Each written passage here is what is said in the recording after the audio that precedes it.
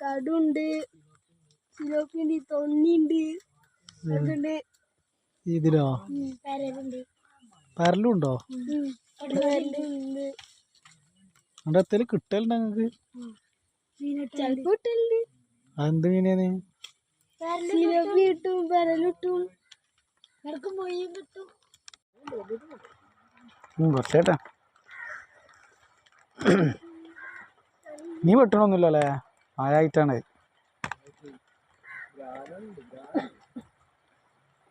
ബ്രാല് ഇന്നലെ മറ്റാ തോട്ടിലേ പാടത്ത് വെള്ളം പൊന്തിരുന്നു, നമുക്ക് കാണാം.